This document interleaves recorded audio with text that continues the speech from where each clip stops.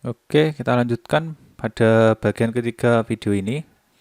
Kita akan membuat sebuah masih sama program sederhana berbasis konsul ya, tetapi mungkin sedikit agak kompleks daripada Hello World Console. Program ini nanti melibatkan lebih dari satu kelas ya. Kemudian program ini nanti menjumlahkan, mengurangkan, membagi, dan operasi aritmetik yang lain ya, terhadap masukan dari pengguna program itu ya. Oke, langsung kita bikin aja project, Java project. Oke, ini saya namakan kalkulator ya, kalkulator konsul ya. Nah, ini. Oke, ini pilih yang ini. Oke, kemudian next, kemudian finish. Ini enggak usah. Kemudian kita buat paket di sini, satu paket. Saya namakan main application. Kemudian finish ya. Oke, program kita nanti ini terdiri dari dua buah kelas ya. Kelas yang pertama akan menggunakan metode-metode yang ada pada yang dideklarasikan pada kelas yang lain ya. Kita buat sebuah kelas yang namanya kalkulator.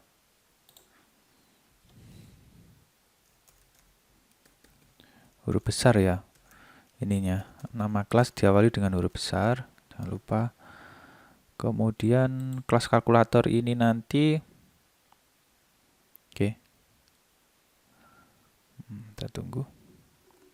Oke. Kemudian di dalam kelas kalkulator ini nanti kita definisikan beberapa metode ya. Yang mana nanti metode-metode yang ada pada kelas kalkulator itu nanti akan digunakan di kelas lain. Nah, kelas lain yang menggunakan metode kelas kalkulator ini saya namakan kelas main gitu ya. Kemudian ini saya klik di sini. Oke. Oke. Ini kita selesaikan dulu kelas kalkulator. Nah, pertama kelas kalkulator ini isinya adalah metode-metode untuk melakukan operasi aritmetik ya.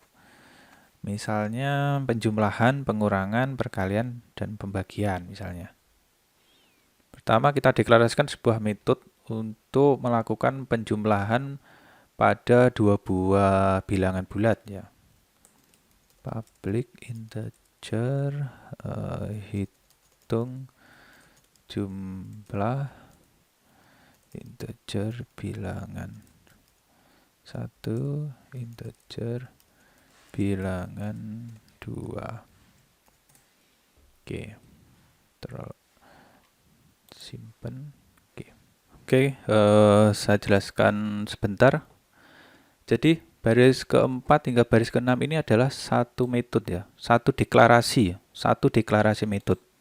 Ya, ini adalah sebuah deklarasi metode ya. Kemudian satu metode ini merupakan anggota dari kelas kalkulator. Jadi ini adalah anggota dari kelas kalkulator. Sebetulnya ini bisa ditulis seperti ini juga tidak ada masalah ya, tapi tidak rapi ya. Nanti malah membingungkan kita ya. Kalau menjorok seperti ini maknanya bahwa ini adalah anggota dari ini. Oke. Jadi yang ada di sini ini adalah anggota dari kelas kalkulator. Kemudian setiap deklarasi ya, sini setiap deklarasi metode itu harus diikuti dengan kurung kurawal sepasang, kurung kurawal buka, dan kurung kurawal tutup. Ini. Kecuali deklarasi metode pada interface. Tapi kita tidak membicarakan masalah interface ya. Kita membicarakan masalah kelas. Kemudian harus diikuti. Ini posisinya boleh di sini, juga boleh di sini. Oke. Kemudian setiap deklarasi metode harus ada nama metode ya. Nama metode ini yang menentukan kita sendiri, terserah namanya. Ini ya, contoh ini nama metode hitung jumlah, dan nama metode mirip dengan deklarasi nama variabel ya, tidak boleh ada spasi. Ini nggak boleh. Kemudian tidak boleh didahului oleh harus didahului oleh karakter underscore atau huruf abjad A sampai Z. Nggak boleh angka, nggak boleh di sini. Misalkan seperti ini nggak boleh. Atau karakter lain seperti ini nggak boleh. Underscore atau ini. Atau abjad A sampai Z. Kemudian nggak boleh dipisahkan oleh minus seperti ini, nggak boleh. Ya. Oke. Boleh dipisahkan oleh underscore gini juga boleh. Kemudian kalau misalkan ada angka, ya nama metodenya ini mengandung angka, angkanya harus berada di tengah atau di belakang. Misalnya hitung jumlah untuk 2 bilangan misalnya seperti ini boleh. Kemudian ini saya hapus. Kemudian kalau nama metode ini konvensi aja ya, mengikuti konvensi aja menggunakan camel case notation, yang mana nama metode ini kalau terdiri dari lebih dari 2 kata, huruf yang paling depan pada kata yang pertama itu hurufnya kecil, kemudian kata yang berikutnya hurufnya besar, huruf depannya ini kapital ya. Ini untuk membedakan antara nama metode dengan nama kelas ya. Kalau nama kelas semuanya huruf depannya besar. Kalau nama metode huruf depannya untuk kata pertama huruf depannya kecil seperti ini. Tapi ini tidak mandatori, tapi biasanya seperti ini ya. Kemudian ini nama metode. Oke, sudah. Kemudian sebelum nama metode ini harus diikuti dengan tipe data. Ya, jadi setiap metode di Java itu dapat mengembalikan nilai ya. Jika dia dipanggil, metode itu jika dia dipanggil akan menghasilkan nilai. Kalau ini kita deklarasikan tipe datanya int, ini singkatan dari integer, maka ketika kita panggil hitung jumlah ini, dia akan menghasilkan atau memberikan sebuah data berupa integer, bilangan bulat. Ya, tapi ada juga metode yang seolah-olah dia tidak mengembalikan nilai. Kalau metode ini kita deklarasikan sebagai void. Nah, metode void ini sebuah metode kalau ada di depan nama metode ada void seperti ini, metode ini kalau kita panggil itu tidak mengembalikan nilai apapun, ya. Nanti akan kita contohkan ya metode void itu seperti apa.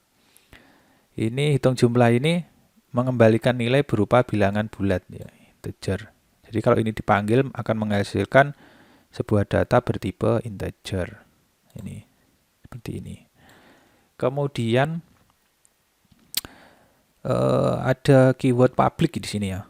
Yang dimaksud dengan ini disebut dengan access modifier. Saya nggak akan bicara lebih dalam mengenai access modifier ini. Yang jelas sebuah deklarasi metode jika access modifier yang digunakan adalah public, maka metode ini bisa dipanggil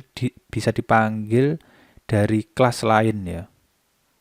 Ya, jadi metode ini nanti bisa dipanggil dari kelas lain selain kalkulator. Nah, untuk sementara pahami bahwa public ini access modifier public ini menspesifikasikan bahwa hitung jumlah ini dapat dipanggil dari kelas lain selain kalkulator. Untuk sementara pahami seperti itu ya. Kalau ini kita deklarasikan sebagai private, maka metode hitung jumlah ini hanya bisa dipanggil dari dalam kelas kalkulator ini saja. Ya. Jadi kalau ini access modifier ini saya kasih private, hitung jumlah ini hanya bisa dipanggil dari hanya bisa dipanggil di dalam metode kelas kalkulator, nggak bisa dipanggil dari kelas lain ya, di luar kelas kalkulator. Ini saya set public karena ini nanti hitung jumlah ini akan dipanggil di kelas main ya. Ini harus terurut ya, public, kemudian tipe data, kemudian nama variabel. Oke. Kemudian deklarasi metode harus mengandung kurung buka dan kurung tutup ya. Pasangan kurung buka dan pasangan kurung tutup. Nah, kurung buka dan kurung tutup ini, di antara kurung buka dan kurung tutup ini kita bisa definisikan parameter-parameter apa saja untuk metode hitung jumlah ini ya.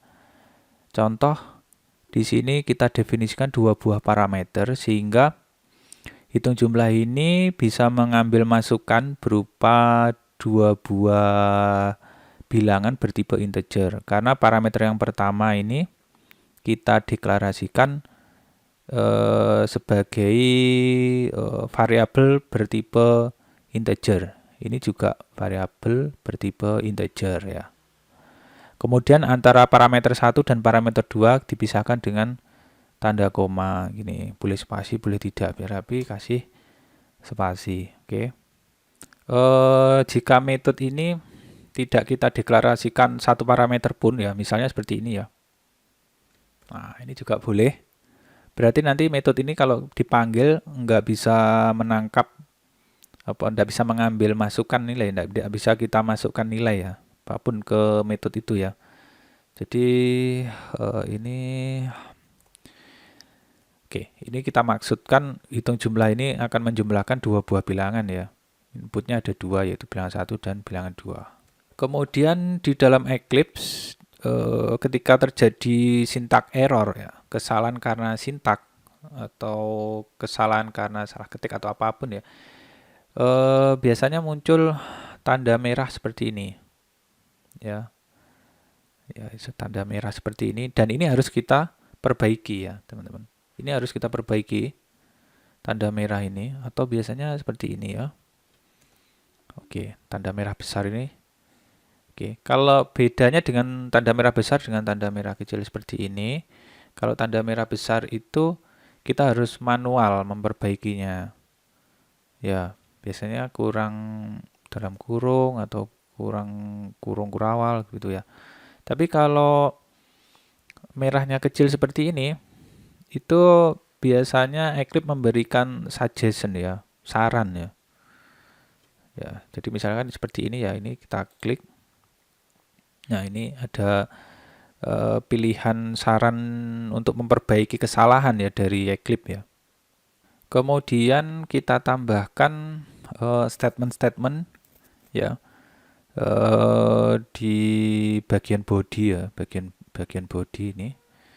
Kemudian kita tambahkan statement karena ini untuk menghitung jumlah 2 buah bilangan.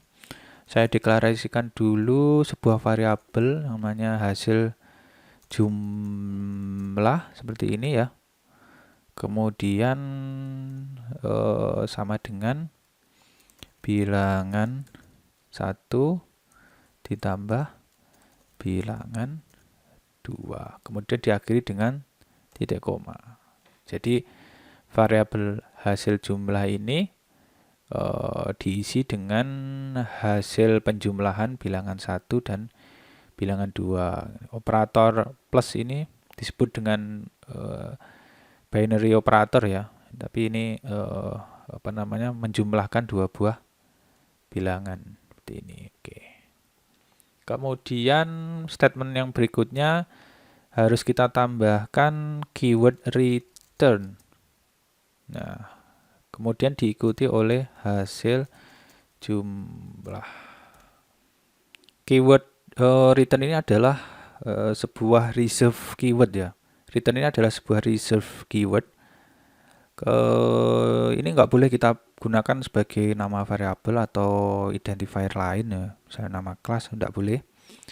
Kemudian keyword return ini digunakan untuk mengeluarkan proses eksekusi metode.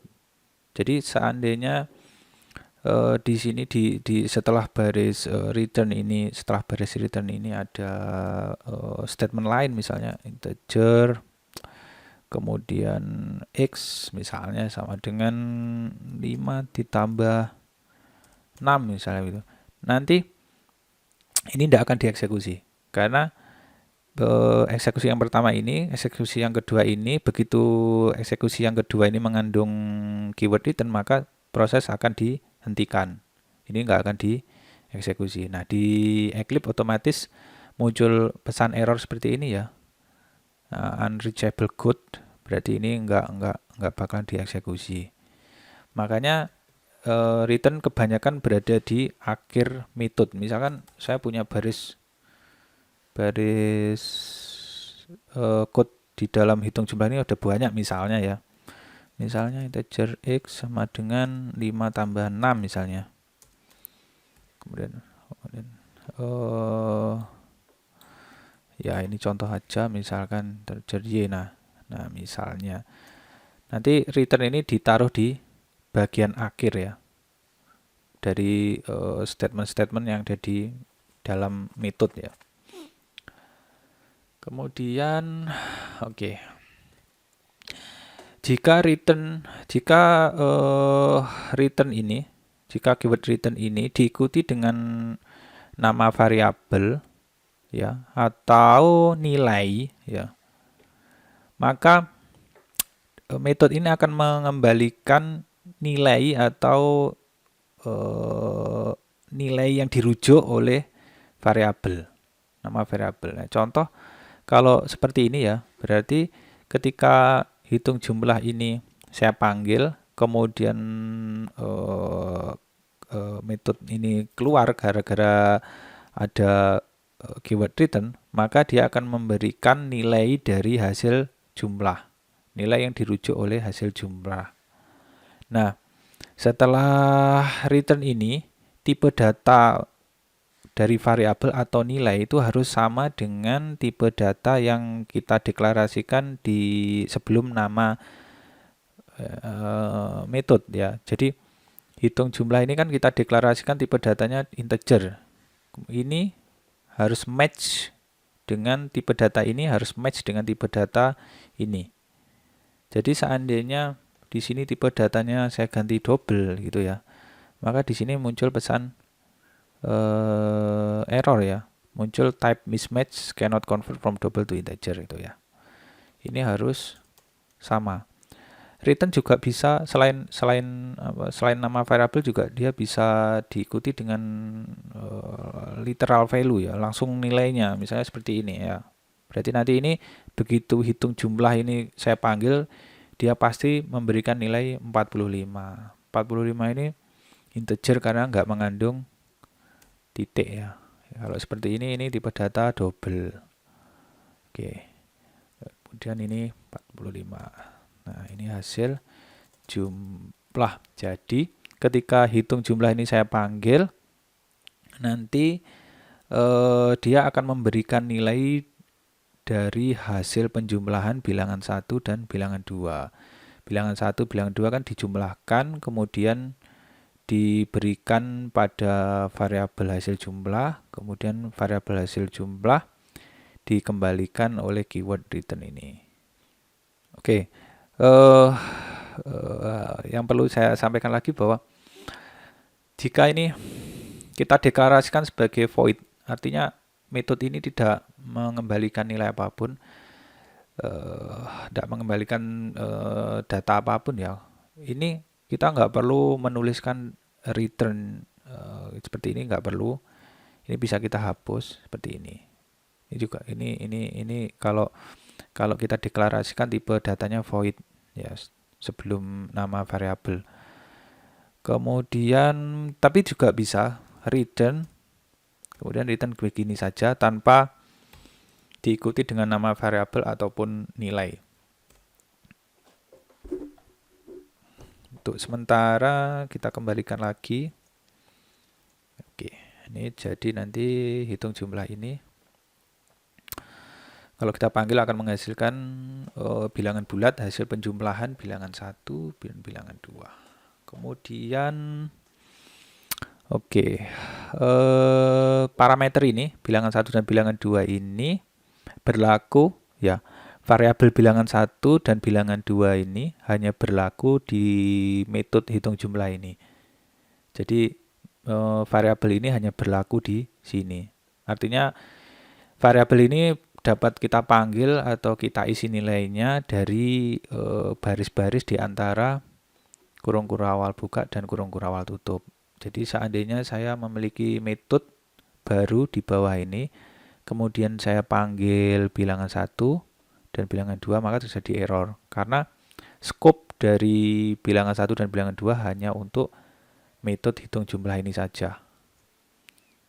Kemudian kita deklarasikan metode yang kedua, yaitu untuk menghitung pengurangan ya. Kita deklarasikan public integer hitung pengurangan. Kemudian ini pengurangan bilangan bulat ya. Ini seperti ini. Kemudian integer bilangan 1, integer bilangan 2. Oke. Kemudian integer kita deklarasikan sebuah variabel hasil pengurangan. Kemudian kita isi bilangan 1 dikurangi bilangan 2. Jadi ini operator pengurangan, oke. Kemudian return hasil. Ini supaya untuk mempercepat ini control space ya. Control space. Nah, seperti ini muncul pengurangan seperti ini. Oke. Titik koma. Kemudian kita simpan. Berarti kelas kalkulator ini memiliki dua buah anggota sekarang. Yang pertama adalah hitung jumlah, yang kedua adalah hitung pengurangan. Kedua-duanya adalah metode ya. Kemudian kita akan mencoba menggunakan metode hitung jumlah atau hitung pengurangan yang ada di kelas kalkulator ini di kelas min ya. Kita beralih ke kelas min sekarang. Nah, di dalam kelas min ini kita tambahkan satu metode ya. Metode min. Metode min itu ini ya, saya ketikkan dulu public. Kemudian ini ada control space ya. Pub control space public static method ini, kemudian min, kemudian string argumen atau args gitu aja ya. Oke, kemudian ini di kelas min ini kita deklarasikan satu buah metode namanya min. Kemudian metode ini kita deklarasikan tipe datanya void ya. Kemudian di sebelumnya ditambahi dengan keyword static dan kemudian ini modifier access. Nanti akan saya jelaskan sekilas mengenai void min. Kita akan menggunakan hitung jumlah ini di kelas min. Oke. Untuk menggunakan sebuah metode dari kelas lain ya, kita harus membuat objek dari kelas ini. Kecuali kalau kelas itu kita deklarasikan sebagai static class. Tetapi untuk video ini kita tidak membicarakan masalah static class ya. Sementara pahami bahwa untuk menggunakan metode yang ada di dalam kelas kalkulator, metode-metode yang ada di dalam kelas kalkulator, kita harus membuat objek dari kelas ini. Ya. Tadi sudah saya singgung objek itu adalah ini ya, kumpulan nilai dan metode di dalam RAM ya. Tapi dia memiliki alamat address.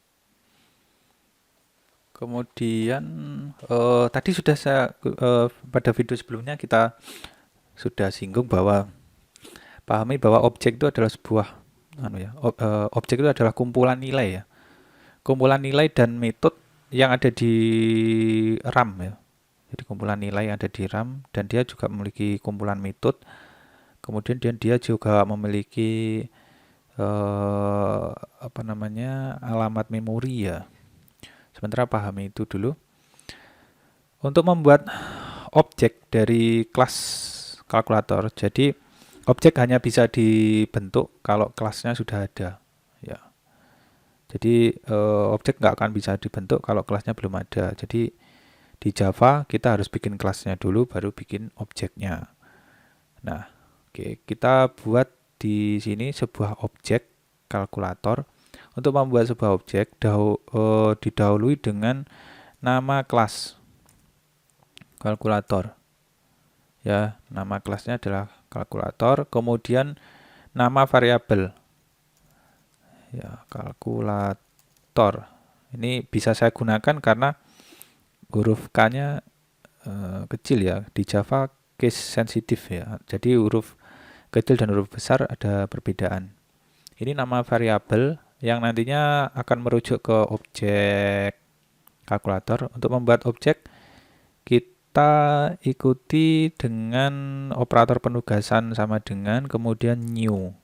Nah, keyword new ini digunakan untuk membuat sebuah objek. Kemudian diikuti, ya ini harus setelah new diikuti dengan nama konstruktor ya. Namanya, untuk sementara pahami bahwa nama konstruktor ini sama dengan nama kelas. Ini sama dengan nama kelas di sini. Kemudian ini ke kurung buka, kurung tutup. Jadi konstruktor itu adalah sebuah metode. Pada prinsipnya ya, pada prinsipnya adalah sebuah metode apa namanya? Sebuah metode, tetapi nama metodenya ini sama dengan nama kelas.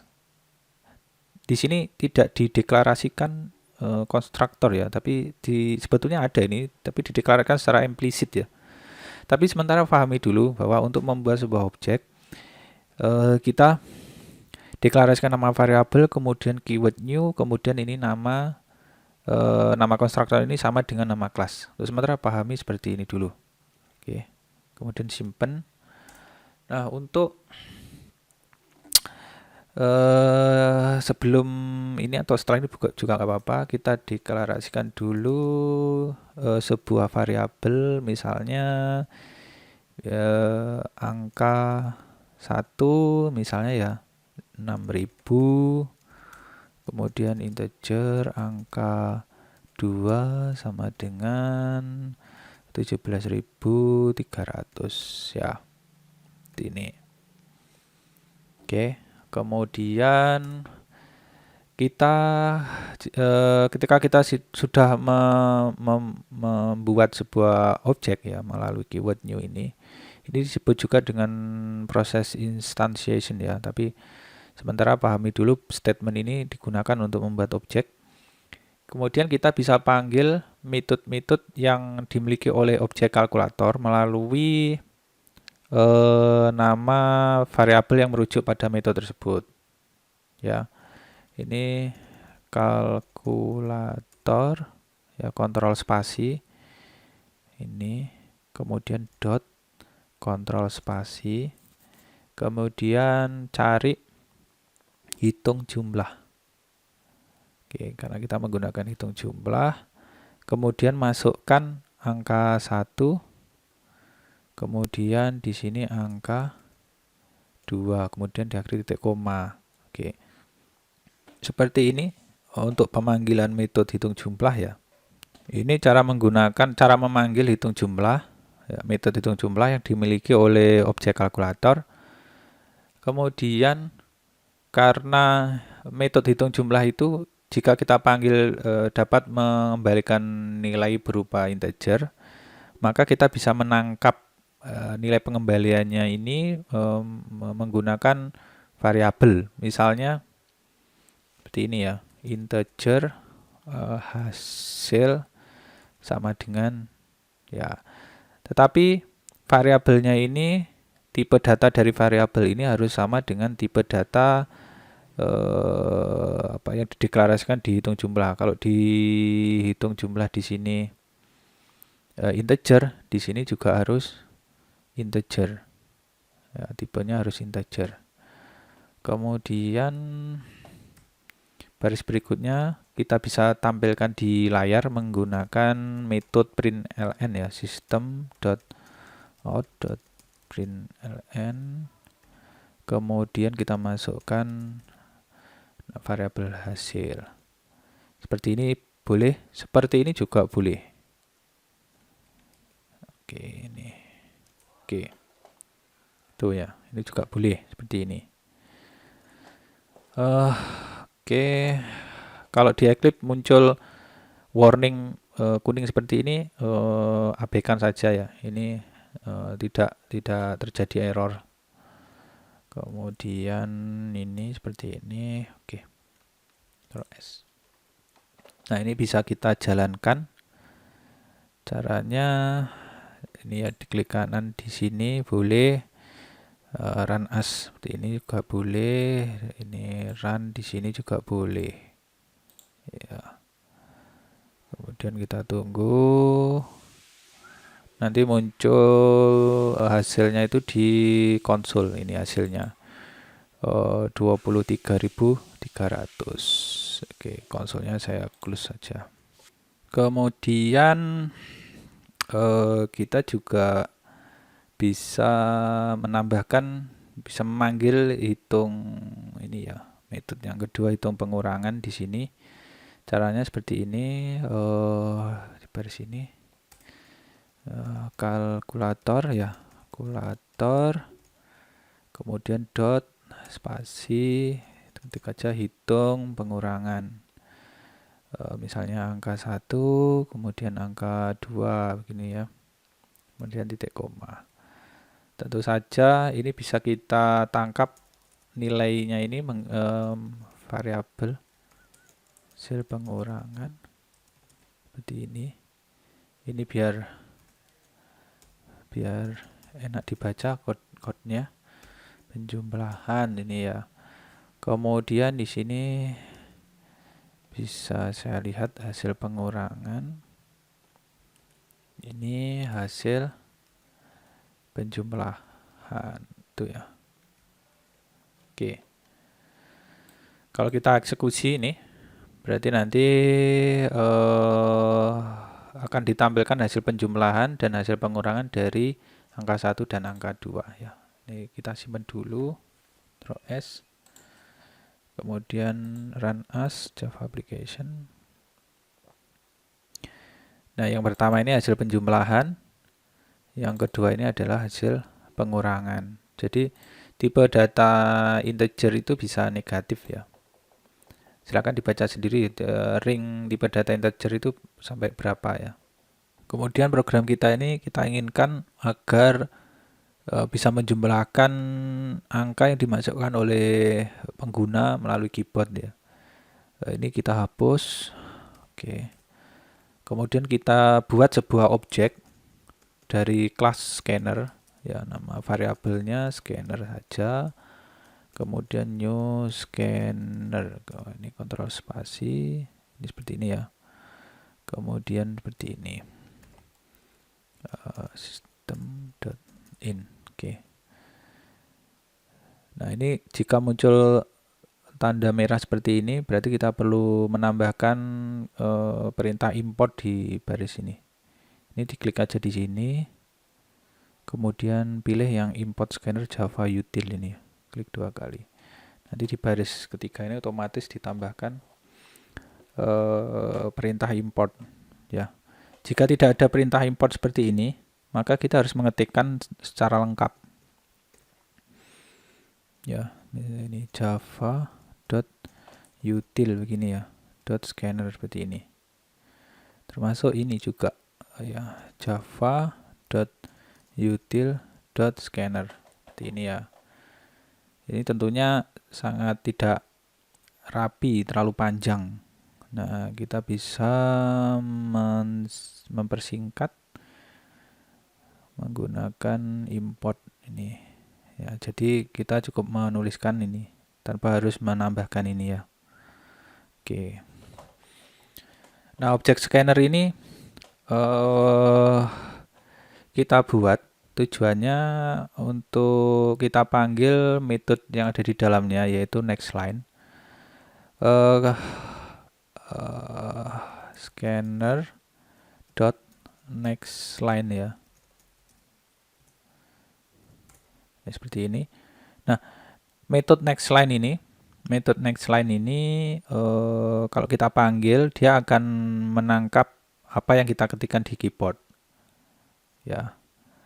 Tetapi apa yang kita ketikkan di keyboard itu dianggap sebagai tipe data string atau teks ya.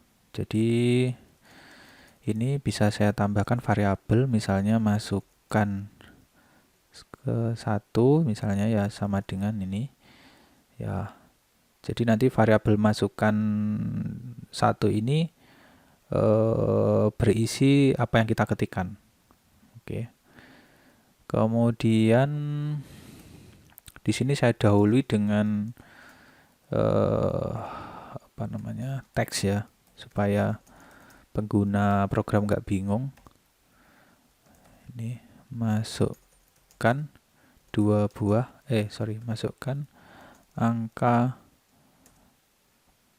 ke 1 misalnya. Oke. Kemudian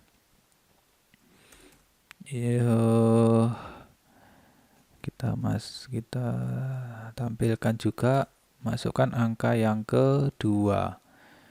Nah, kemudian kita tangkap masukkan yang kedua scanner dot next line ya, next line ini. Oke. Nah, ini jadi metode ini jadi objek scanner ini nanti kita panggil metode next line yang ada di dalamnya ini, yang ada di dalam objek scanner ini untuk menangkap masukan dari keyboard. Oke, karena metode hitung jumlah dan hitung pengurangan ini hanya bisa kita masuki tipe data integer ya. Masukannya berupa tipe data integer. Maka kita harus mengkonversi ini masukan 1 dan masukan 2 ini ke integer. Jadi kita konversi string ke integer. Cara mengkonversinya kita panggil metode yang dimiliki oleh kelas integer ya, parse integer ini ya. Ini ada mengkonversi string ke integer. Nah, hasil konversinya ini bisa ditangkap oleh variabel, misalnya angka 1.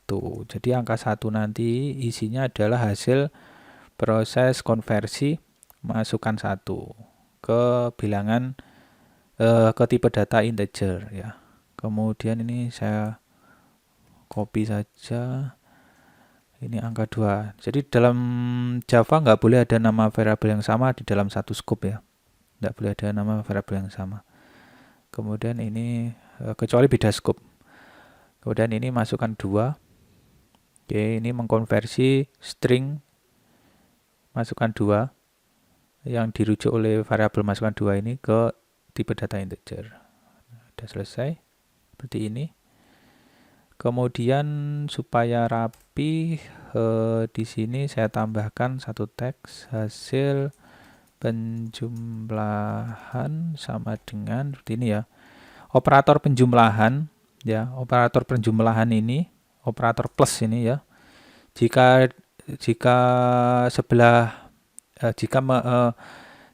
operannya itu salah satu operannya itu adalah string, maka dia tidak menjumlahkan secara aritmetik tapi menggabungkan string.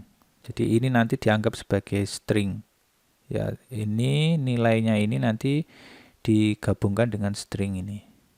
Oke, itu kalau penjumlahan 2 ini operan ya, operan 1 ini operan 2.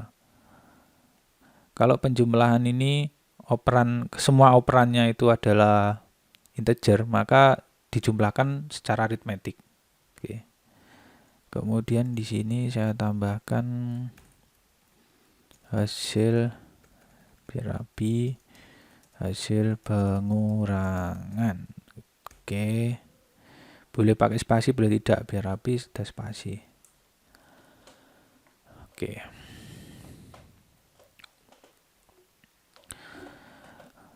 Kemudian kalau sudah selesai, kita coba program kita ini. Klik kanan, kemudian run as Java. Nah, ini ya. Masukkan angka 1 misalnya 78. Masukkan angka 2 misalnya 100 ya. Nanti hasil penjumlahannya 178, hasil pengurangannya minus 22. Nah, seperti ini ya. Oke, setelah program kita berjalan dengan baik, kita perlu ini ya, membuat executable file atau file exit dari program kita ini. Caranya sama dengan project-project sebelumnya. Kita bikin dulu Java archive-nya. Enable jar file, kita pilih, kemudian pilih min. Ini nama projectnya kalkulator. Kemudian ini, oke, saya buat folder baru, namanya kalkulator minus konsol ya. Ini kosong ya, saya hapus. Di sini ya, di sini. Kemudian ini namanya kalkulator minus konsol begini. Kemudian shift seperti ini, kemudian finish. Oke, kita cek di dokumen, kemudian sampel ini ya, sudah terbentuk. Ini saya hapus aja nih karena ini kosong. Kemudian kita cek modul apa saja. Kita cek program kita ini bergantung pada modul apa saja ya. Kita buka Windows PowerShell. Kemudian di sini ya, di dokumen sampel di sini kita masuk dulu ke lokasi jar file. Kemudian kita ketikkan jdep spasi minus s spasi kalkulator ya, kalkulator minus konsol.jar ini kita enter. Nah, ternyata kalkulator konsol.jar ini hanya butuh satu metode ya. Mohon maaf, satu modul. Saya langsung ketikkan aja saya buka ini aja ya. Saya buka PowerShell baru untuk membentuk custom JRE.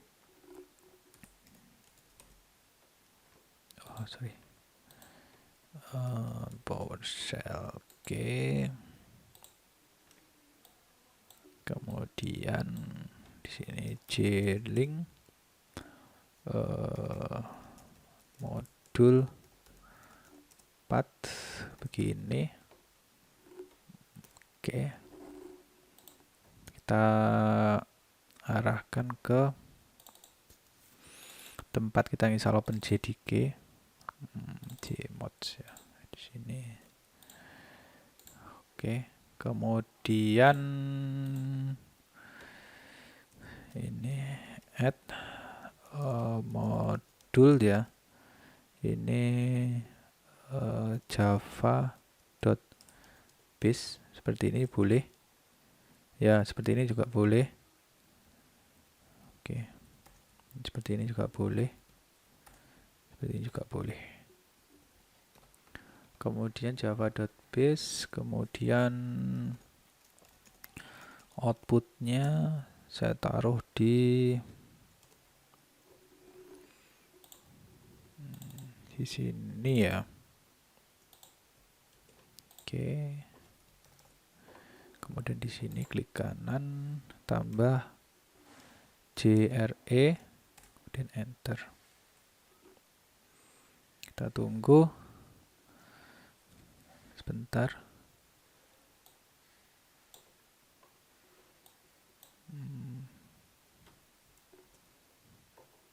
Oke, ini sudah terbentuk custom JRE-nya. Kemudian kita jalankan launch4j. Kemudian kita tunggu sebentar.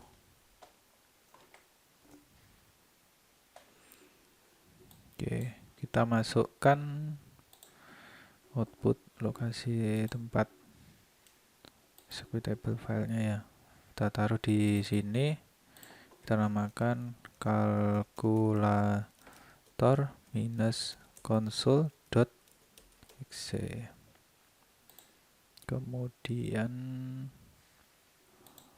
outputnya kita taruh di jar-nya di sini ini. Kemudian ini di sini udah benar. Karena ini konsol, pilih yang ini. Kemudian ini JRE. Setelah itu oke, dijalankan. Oke. Di sini config ya. Oke. Ini sudah selesai. Kemudian kita lihat hasilnya. Ini ya, ini dua ini bisa dikopikan ke komputer lain ya. Kemudian